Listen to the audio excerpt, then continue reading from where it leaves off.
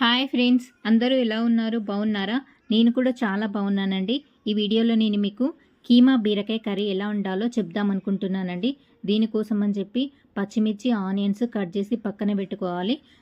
దాని తర్వాత stove on చేసి దానిపైన కుక్కర్ పెట్టి అందులో ఆయిల్ వేసి దాల్చిన చెక్క, మార్వాడి ఇలాచి, అది బాగా టేస్టీగా ఉంటుందండి, కొంచెం పొడుగ్గా ఉంటుంది.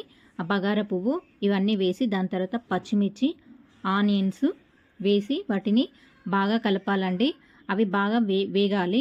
కొంచెం మిరియాలు కూడా వేసుకోవాలి, బాగుంటుంది టేస్ట్. అలానే కీమా మనం తీసుకున్నాం కదా, దాన్ని ఒక బౌల్లో తీసుకొని ముద్దలాగా ఉంటుంది కాబట్టి కొంచెం దాన్ని విడివిడిగా చేయాలి. చేసిన తర్వాత ఈ ఆనియన్స్ బ్రౌనిష్ కలర్లో వచ్చేదాకా బాగా వేగనివ్వాలండి. ఈలోపు మనం 2 బీరకాయలు తీసుకొని వాటిని నీట్గా పొట్టు తీసేయాలండి. పొట్టు తీసేసి వాటిని చిన్న చిన్న ముక్కలుగా కట్ చేసుకోవాలి. మనం బీరకాయలు చిన్న చిన్న ముక్కలుగా కట్ చేసిన వాటిని ఈ ఆనియన్స్ వేగాక వాటిలో ఈ బీరకాయ ముక్కలు అందులో వేయాలి. ఈ వేసిన బీరకాయ ముక్కలు, ఆనియన్స్ అన్నీ మొత్తం కలిపేలా బాగా కలిసేలా బాగా మిక్స్ చేయాలండి. నీట్గా వాటన్నింటినీ బాగా కలపాలి.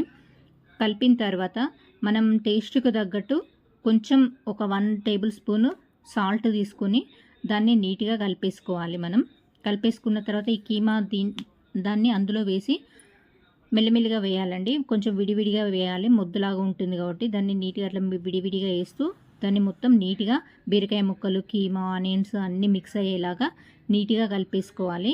ఈలోపు మనం పుదీనా ఉంటుంది కదండి, దాన్ని కొంచెం కట్ చేసుకొని దాంట్లో వేసుకోవాలి. పుదీనా మటన్ కర్రీ, నాన్ వెజ్ ఏదైనా కానీ పుదీనా ఫ్లేవర్ ఉంటేనే ఆ నాన్ వెజ్ ఆ టేస్టే వేరే మారిపోతుంది. మీ అందరికీ తెలుసు కదా, పుదీనా ఫ్లేవర్ వల్ల ఆ టేస్టే చేంజ్ అయిపోతుంది. కంపల్సరీగా పుదీనా వేసుకోవాలి. అలాగే ఒక 4 టేబుల్ స్పూన్స్ కారం వేసుకోవాలండి. మీరు స్పైసీ ఎక్కువ తినే వాళ్ళైతే ఒక 5 టేబుల్ స్పూన్స్ వేసుకోండి. మేము కొంచెం తక్కువ తింటాం కాబట్టి 4 టేబుల్ స్పూన్స్ వేసుకున్నాం. అలాగే 1 టేబుల్ స్పూన్ ధనియాల పొడి, 1 టేబుల్ స్పూన్ పసుపు, ఒక 2 టేబుల్ స్పూన్ అల్లం వెల్లుల్లి పేస్ట్. అల్లం వెల్లుల్లి పేస్ట్ ఎంత మంచిగా వేసుకుంటే అంత బాగుంటుందని ఫ్లేవర్ కూడా. వీటన్నింటినీ మొత్తం బాగా మిక్స్ చేసి కలిపేయాలి. మళ్ళీ దీంట్లోకి ఒక చిన్న సైజు టమాటా కట్ చేసుకొని అందులో వేయాలండి. ఆ టమాటా వేయడం వల్ల కొంచెం ఫ్లేవర్ బాగుంటుంది. వీటన్నింటినీ నీట్గా మొత్తం కలిపేసుకోవాలి. కలిపేసుకున్న తర్వాత ఒక హాఫ్ గ్లాస్ వాటర్ అయితే సరిపోతుంది. ఎందుకంటే కుక్కర్లో పెడుతున్నాం కాబట్టి ఓన్లీ హాఫ్ గ్లాస్ వాటర్ వేసి దాన్ని మొత్తం కలిపేయాలి. లాస్ట్లో కొంచెం కొత్తిమీర వేసుకొని కుక్కర్ మూత పెట్టేలోపే కొత్తిమీర కూడా వేసుకోవాలి. ఎందుకంటే దాని రసం అందులో ఫ్లేవర్ ఉంటుంది కాబట్టి అది ముందే వేసుకోవాలి. ఒక table spoon final touch table spoon నెయ్యి వేసుకోవాలండి. ఆ నెయ్యి వల్ల బాగా టేస్టీగా ఉంటుంది.